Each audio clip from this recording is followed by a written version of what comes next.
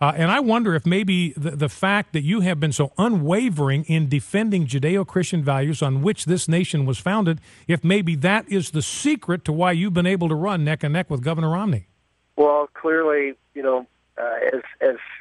several people have started to write about it, that the idea that values issues are losers is held by a group of people in the media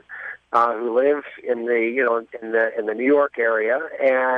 and believe, because they don't know anybody or very few people who share those values, so they just assume the rest of the country's like them, and so they think, well, we can't appeal to my friends who are moderates and independents, moderate and independent being something different in New York City than in most of America, and so they just naturally recoil at someone who dares to talk about these things or actually publicly talks about his faith and what his faith convictions are, so it makes them uncomfortable. And I think that plus, and there's another aspect to it, the fact that I don't back down, the fact that I do stand up for what I believe in, I think attracts people who may not even necessarily agree with me, but they do believe that, they want someone who actually has,